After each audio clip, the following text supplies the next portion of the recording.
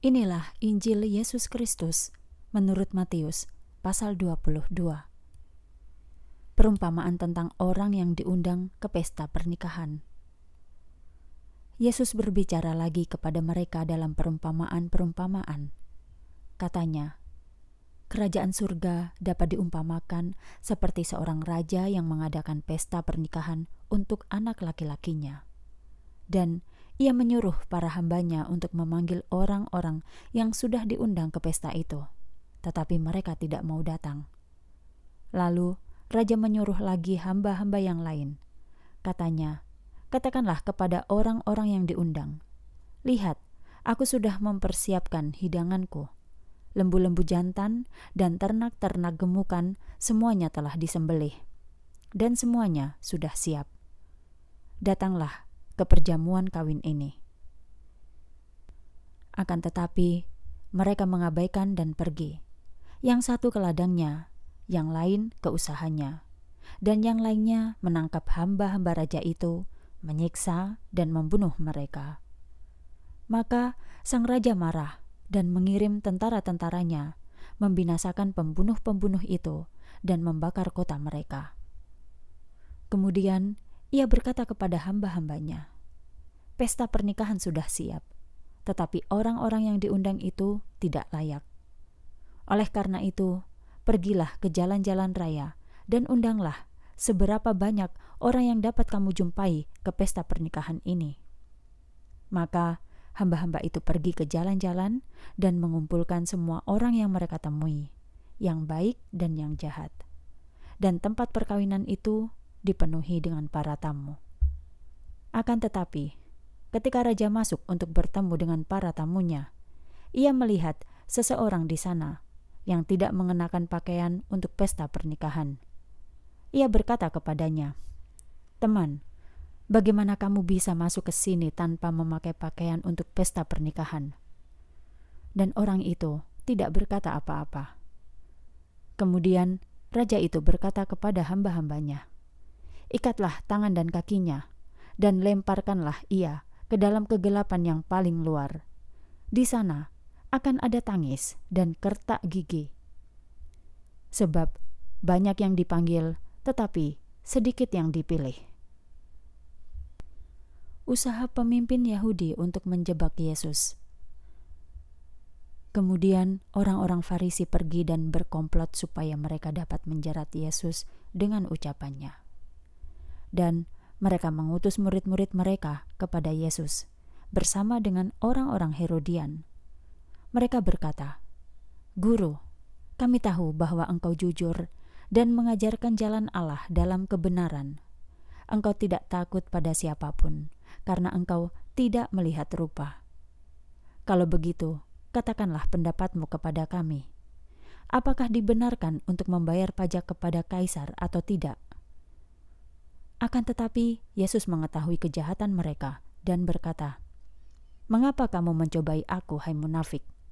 Tunjukkanlah kepadaku uang untuk pajak itu." Lalu mereka menyerahkan sekeping dinar kepadanya. Dan dia berkata kepada mereka, "Gambar dan tulisan siapakah ini?" Mereka menjawab, "Kaisar." Kemudian Yesus berkata kepada mereka, "Oleh karena itu, bayarlah kepada kaisar hal-hal milik kaisar, dan kepada Allah hal-hal yang adalah milik Allah." Ketika mendengarnya, mereka terheran-heran dan meninggalkannya, lalu pergi. Usaha orang Saduki untuk menjebak Yesus. Pada hari yang sama, orang-orang Saduki yang berkata bahwa tidak ada kebangkitan datang kepada Yesus dan bertanya kepadanya. Mereka berkata, "Guru, Musa berkata bahwa jika seorang laki-laki mati dan tidak mempunyai anak, saudara laki-lakinya harus mengawini istrinya dan meneruskan keturunan bagi saudaranya yang meninggal itu. Sekarang ada 7 bersaudara di antara kami. Yang pertama menikah dan mati tanpa mempunyai anak, dan meninggalkan istrinya bagi saudaranya. Demikian juga dengan yang kedua, yang ketiga, sampai yang ketujuh. Akhir dari semuanya, perempuan itu juga mati. pada hari kebangkitan, perempuan itu menjadi istri siapa dari ketujuh bersaudara itu? Sebab mereka semua telah mengawininya. Akan tetapi, Yesus menjawab dan berkata kepada mereka, "Kamu tersesat, tidak mengerti kitab suci ataupun kuasa Allah. Sebab pada hari kebangkitan, mereka tidak kawin ataupun dikawini, tetapi seperti malaikat-malaikat di surga. Namun, mengenai kebangkitan orang-orang mati, belumkah kamu membaca apa yang dikatakan kepadamu oleh Allah? Akulah Allah Abraham, Allah Ishak, dan Allah Yakub. Ia bukan Allah orang mati, melainkan Allah orang yang hidup."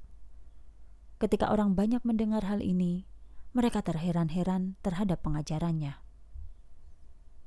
Hukum manakah yang paling penting? Namun, ketika orang-orang Farisi mendengar bahwa Yesus telah membuat orang-orang Saduki terdiam, mereka berkumpul bersama. Kemudian, satu dari mereka, seorang ahli hukum Taurat, bertanya kepada Yesus untuk mengujinya, "Guru, perintah manakah yang terpenting dalam hukum Taurat?" Dan Yesus berkata kepadanya, "Kamu harus mengasihi Tuhan Allahmu dengan segenap hatimu dan dengan segenap jiwamu dan dengan segenap pikiranmu. Ini adalah perintah yang terbesar dan yang pertama. Yang kedua adalah seperti ini, kamu harus mengasihi sesamamu seperti dirimu sendiri." Dalam kedua perintah ini tergantung semua hukum Taurat dan kitab para nabi. Pertanyaan tentang Mesias. Sekarang, sementara orang-orang Farisi berkumpul bersama, Yesus bertanya kepada mereka, "Bagaimana pendapatmu tentang Kristus? Anak siapakah dia?" Mereka berkata kepadanya, "Anak Daud." Dia berkata kepada mereka, "Kalau begitu, bagaimanakah Daud dalam roh memanggilnya Tuan?" Katanya, "Tuhan berfirman kepada Tuanku, duduklah di sebelah kananku, sampai aku menempatkan musuh-musuhmu di bawah kakimu." Jika Daud memanggil Kristus sebagai Tuan, bagaimana mungkin ia adalah anak Daud? Tidak seorang pun yang dapat menjawab satu kata pun kepadanya.